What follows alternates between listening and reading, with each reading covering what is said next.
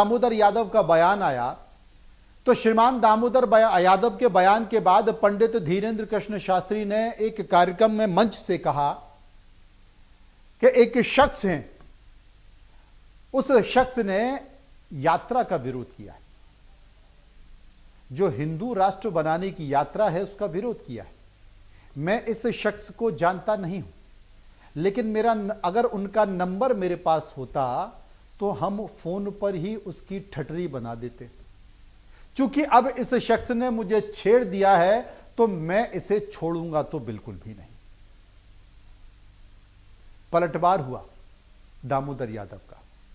दामोदर यादव ने कहा है कि अगर तुम्हारी हिम्मत है तो मेरा कुछ बिगाड़ कर दिखा दो, देखता हूं कि तुम कितने बड़े संत हो, कितने बड़े पंडित हो और कितने बड़े जादूगर हो, पुड़िया खोल कर दिखा दो।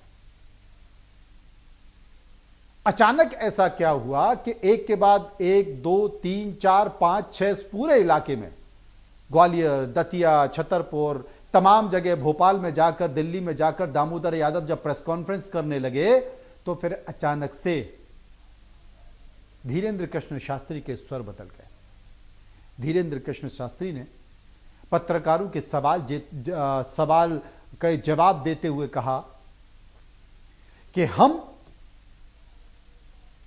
उनके बारे में कुछ भी कहना नहीं चाहते, हमें कुछ भी नहीं करना है, उनको जो करना है करे, हमें उनसे कोई मतलब नहीं है।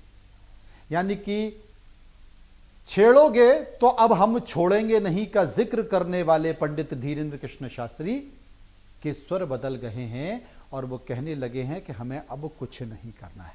सुन लीजिए किसकी क्या बातें।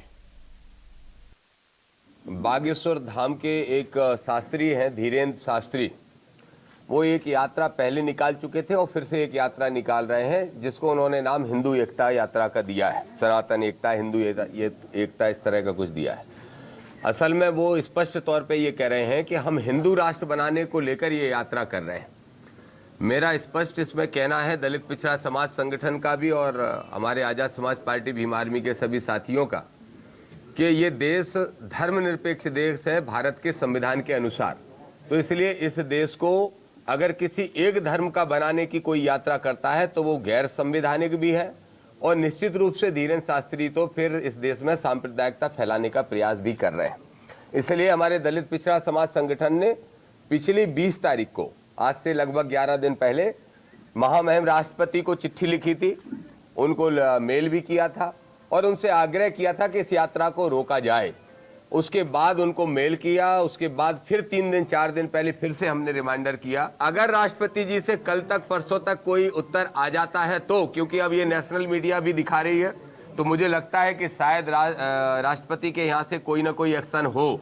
अगर नहीं होता है तो सोमवार को हम लोग कोर्ट जा रहे हैं यात्रा को रुकवाने के लिए। धीरेंद्र को मैं एक संत नहीं मानता, और संत इसलिए नहीं मानता क्योंकि कोई संत, परसों धीरेंद्र शास्त्री ने हरियाणा में एक मंच पे मुझे गालियां देने का काम किया और मुझे मारने की धमकी दे रहा है, आडंबर और पाखंड फैलाने का काम कर रहा है। इसको तत्काल प्रभाव से न सिर्फ इसकी यात्रा बल्कि इसकी कथाएं भी बैन होना चाहिए, क्योंकि धार्मिक कथाओं के माध्यम से ये उन्माद फैलाने का काम कर रहा है। धीरेंद्र शास्त्री, आडंबरी धीरेंद्र शास्त्री, पाखंडी धीरेंद्र शास्त्री, संविधान विरोधी धीरेंद्र शास्त्री, इस बात का जवाब दो। मुझे पता नहीं था कि तुम भूमाफिया भी हो, और अगर भूमाफिया नहीं हो तो जरा बताओ, डबरा में जिस मंदिर का उद्घाटन करने जा रहे हो, जो 100-125 एकड़ पे मंदिर बना है, वो जमीन कहां से आई? जिन श्रीमान ने वो मंदिर बनवाया उनसे भी पूछ रहा हूं, मेरे जिले के हैं, बताओ वो जमीन कहां से आई?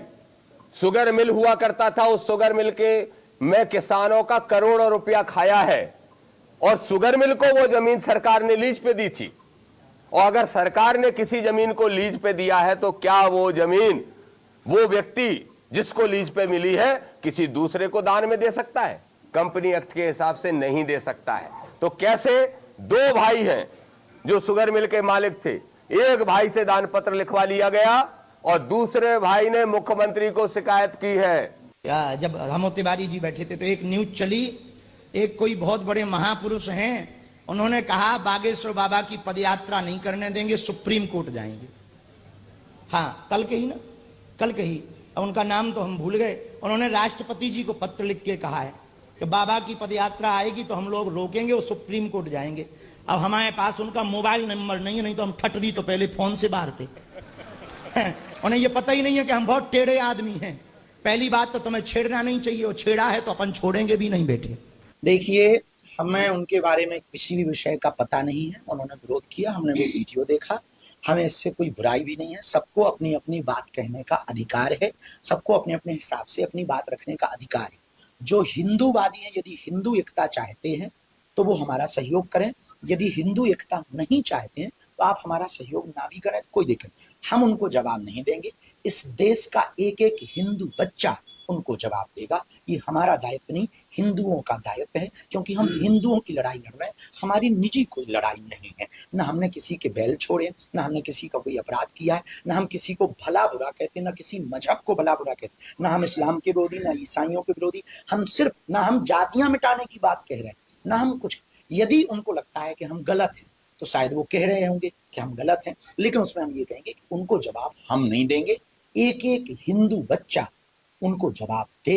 यदि हम गलत हैं तो हमारा विरोध करें, और यदि वो गलत हैं तो उनका विरोध। बाकी हम उनको यही कहेंगे, भैया आप हमारी विचारधारा को समझ लोगे तो शायद आप, हमारी लड़ाई है अधिकार की, हमारी लड़ाई है हिंदुओं के एकता की। हम ये चाहते हैं कि जब 1947 में 1947 में देश आजाद हुआ है, इस बात पर आजाद हुआ कि एक विशेष मजहब के लोगों ने एक जमीन मांगी और उनको वो दी गई, लेकिन अर्ध रूप से बंटवारा हुआ, पूर्ण बंटवारा नहीं हुआ।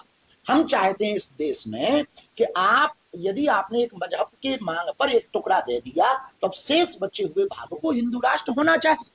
और यहाँ पर बहुतायत मात्रा में 80 करोड़ हिंदू रहते हैं, लेकिन विदेशी ताकतों ने क्या किया कि हिंदुओं को जातियों में विभाजन करके उनके ब्रेन को वॉश कर दिया। तो हमको ये लगता है कि विदेशी ताकतों की बड़ी साजिश है, इसलिए वो ऐसा कर रहे हैं, लेकिन हमारी उनसे कोई बुराई नहीं।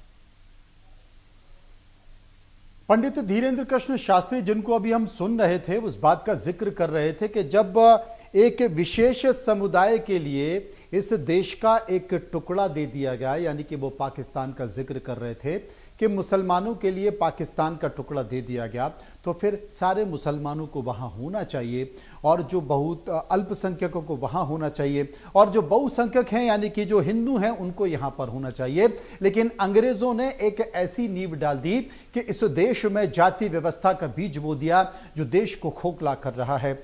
मेरा ये मानना है, मेरी ये मांग है पंडित धीरेन्द्र कृष्ण शास्त्री से, अगर वो हिंदू राष्ट्र बनाने की बात कर रहे हैं, स्वागत है उनका, कोई भी कर सकते हैं।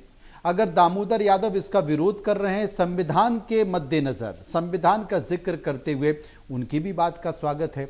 लेकिन सबसे ज्यादा धर्मांतरण, सबसे ज्यादा लब जिहाद अगर कहीं पर होता है, और सबसे ज्यादा जाति व्यवस्था अगर कहीं पर है, तो वो बुंदेलखंड में है, वो बुंदेलखंड के छतरपुर में है।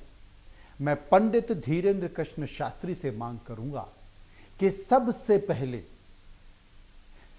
पहले बुंदेलखंड और अपने गृह जिले छतरपुर की जाति व्यवस्था को खत्म करें, खत्म करके दिखाएं। अगर वो खत्म करके दिखाते हैं, अगर वो पूरे छतरपुर की, बुंदेलखंड की जाति व्यवस्था को खत्म कर देते हैं, तो यकीन मानिए कि पंडित धीरेन्द्र कृष्ण शास्त्री की जो हिंदू धर्म की यात्रा है, हिंदू धर्म का जो आंदोलन है, उसमें मैं स्वयं शामिल हो जाऊंगा। और अपने घर की जो मूल समस्या है, धर्मांतरण, लब जिहाद और जाति व्यवस्था, इसे ना खत्म करते हुए वो दिल्ली से वृंदावन की यात्रा कर रहे हैं, तो क्या छतरपुर की व्यवस्था बदल जाएगी? छतरपुर की जो जाति व्यवस्था वो खत्म हो जाएगी, जहां पर दलितों का सबसे ज्यादा शोषण होता है।